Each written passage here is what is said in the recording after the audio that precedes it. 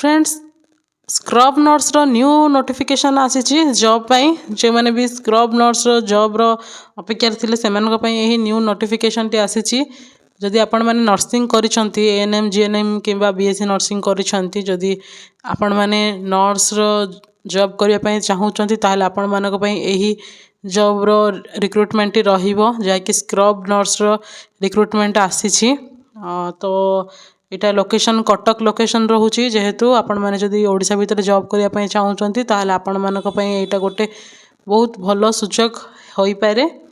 तो details T आमे जानिबा scrub nurse विषय रे एंड कौन कौन सब रिक्वायर रही से ता विषय भी जानिबा एंड एथरे काम कौन रोचे ताहा भी आमे जानिबा एही वीडियो माध्यम रे जहाँकि आपण मैंने भी देखुचंती जदि आपण मैंने भी जॉब करिया पई इंटरेस्टेड अछंती किबा जदि जॉब रे जॉइन करिया पई चाहूचंती ताहले वीडियो टी को शेष पर्यंत देखंतु जहा द्वारा आपण मैंने सब डिटेल्स ए वीडियो माध्यम रे पाई परिबे किभली भाबरे अप्लाई करिवे ताहा भी एही वीडियो माध्यम रे पाई परिबे।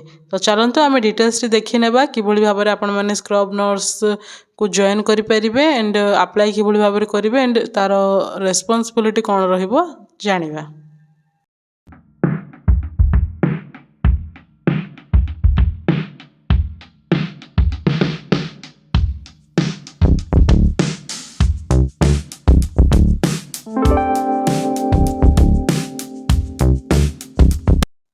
हेलो फ्रेंड्स नमस्कार जय जगन्नाथ आपण मानक आम YouTube channel join to job रे बहुत बहुत स्वागत जनाऊँ। फ्रेंड्स पुणी थे न्यू जॉब रो न्यू अपडेट रे आपण मानक पाखे पहुँची सारीछु जदि आपण माने भी जॉब करने इंटरेस्टेड अच्छे ताहले आपण मानक पई एही वीडियो टी रहिबो। तो फ्रेंड्स आपण माने जदि आम चैनल को प्रथम थर करी आछंती ताहले चैनल को सब्सक्राइब करि नेबे एंड पाखरे थिबा बेल आइकन को मध्य ऑन रखिबे जहाँद्वारा आपण मैंने यही भाव में न्यू न्यू जॉब रो पोस्ट रो नोटिफिकेशन सहित अलग अलग सब इनफॉरमेशन वीडियोस भी आपण मैंने आम चैनल माध्यम रे पाई परिबे।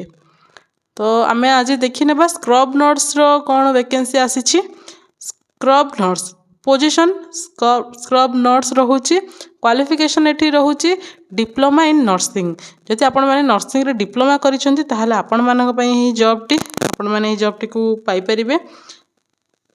देन एक्सपीरियंस 2 ईयर रही जदि भी आपण मैंने फ्रेशर्स अच्छा ताहले भी आपण मैंने निश्चय अप्लाई करेंगे। तो किभली भाव में अप्लाई करेंगे मु कहिबी ड्यूटी आवर्स रही 8 आवर्स रही 8 घंटा आपण मानक एथिरे काम करबा पड़िबो।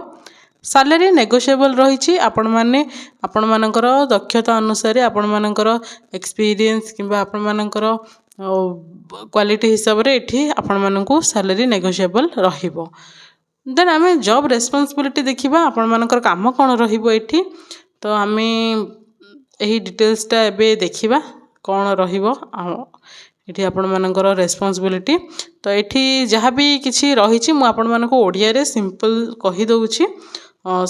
स्क्रब नर्स हेउचंती सर्जन को सहित निष्पद क्षेत्र रे खोला जाइथिबा एक अति आवश्यक सदस्य जी ऑपरेशन समय उपकरण स्पंज एवं अन्यान्य आवश्यक जिनिस प्रदान करती से हेउचंती सही सदस्य जी एक निष्पद क्षेत्र प्रस्तुत करी एवं सही क्षेत्र को रक्षा करिथांती जेउठी ऑपरेशन होइथाय। तो ऑपरेशन थिएटर रे ही स्क्रब नर्स मानकर काम रही। देन ऑपरेशन पूर्व से कौन कौन काम करबा पई पड़िबो सर्कुलेटिंग नर्स द्वारा ऑपरेशन समय आवश्यक उपकरण गुड़िक जांच करने को सुनिश्चित करती।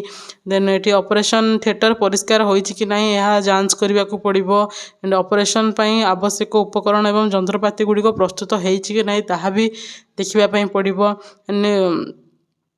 एटी आपण सर्कुलेटिंग नर्स द्वारा सबू जिनस सेठी अच्छे कि नहीं प्रारंभिक स्पंज जंत्र एवं सर्जिकल निडिल गणना करी सर्कुलेटिंग नर्स को सहित जांच करेंगे एंड सर्जन आसिला पर से एमनकर काम कौन रहिबो ना सर्जन एवं असिस्टेंट सर्जन को गाउन एवं ग्लोव्स पिंधेबारे साहाय्य करेंगे एंड आवश्यक अनुଯାयी डेप्थ गुड़ी को प्रस्तुत करेंगे एंड रोगी को निष्पद भाव ଡ୍ରେପ୍ଟ କରିବା ସର୍ଜନକୁ ସାହାଯ୍ୟ କରିବେ, ଯାହାକି ଅପରେସନ୍ ଥିଏଟରରେ ଯେକୌଣସି ଏଠି କାମ ହୋଇଥାଏ ସେ ସବୁ ଜିନିଷକୁ ଏଠି ସ୍କ୍ରବ୍ ନର୍ସମାନଙ୍କୁ କରିବା ପାଇଁ ପଡ଼େ।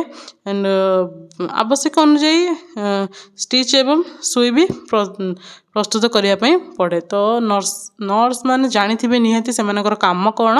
ସେମାନେ ଯେହେତୁ ପ୍ରଫେସନାଲି ଏହାକୁ ଗ୍ରହଣ କରିଛନ୍ତି ତ ସେମାନେ ଆରାମସେ ଜାଣିପାରୁଥିବେ କ'ଣ କ'ଣ କାମ ରହିବ କ'ଣ ନାହିଁ। ଆଣ୍ଡ ଅପରେସନ୍ ସମୟରେ ସେ ରୋଗୀଙ୍କର ସୁରକ୍ଷା ଉପରେ ଦୃଷ୍ଟି ରଖିବା ପାଇଁ ପଡ଼ିବ। ଆଣ୍ଡ ସ୍ପଞ୍ଜ ଯନ୍ତ୍ର ଏବଂ ସର୍ଜିକାଲ ନିଡିଲକୁ ଗଣନା ନୀତିକୁ ଅନୁସରଣ କରିବା ପାଇଁ ପଡ଼ିବ। ଚିରା ଆରମ୍ଭ ହେବା ପୂର୍ବରୁ ଅପରେସନ୍ ସ୍ଥାନରେ 2ଟି ସ୍ପଞ୍ଜ ରଖିବେ।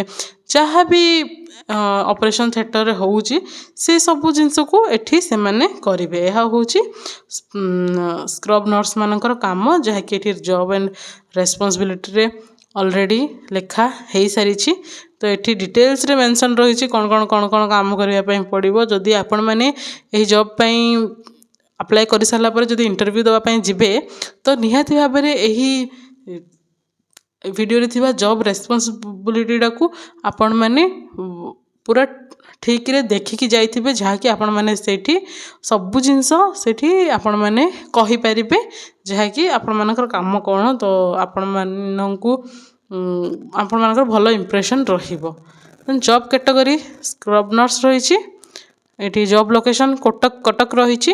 ତ ଏହି ଜବ୍କୁ ଯଦି ଆପଣମାନେ ଆପ୍ଲାଏ କରିବା ପାଇଁ ଚାହୁଁଛନ୍ତି ତାହେଲେ ଆପଣମାନଙ୍କୁ ଡେସ୍କ୍ରିପସନ୍ ବକ୍ସରେ ଲିଙ୍କ୍ ମିଳିଯିବ, ସେଠି ଯାଇକି ଆପଣମାନେ ଡାଇରେକ୍ଟ ଆପ୍ଲାଏ କରିପାରିବେ ଏଥିପାଇଁ।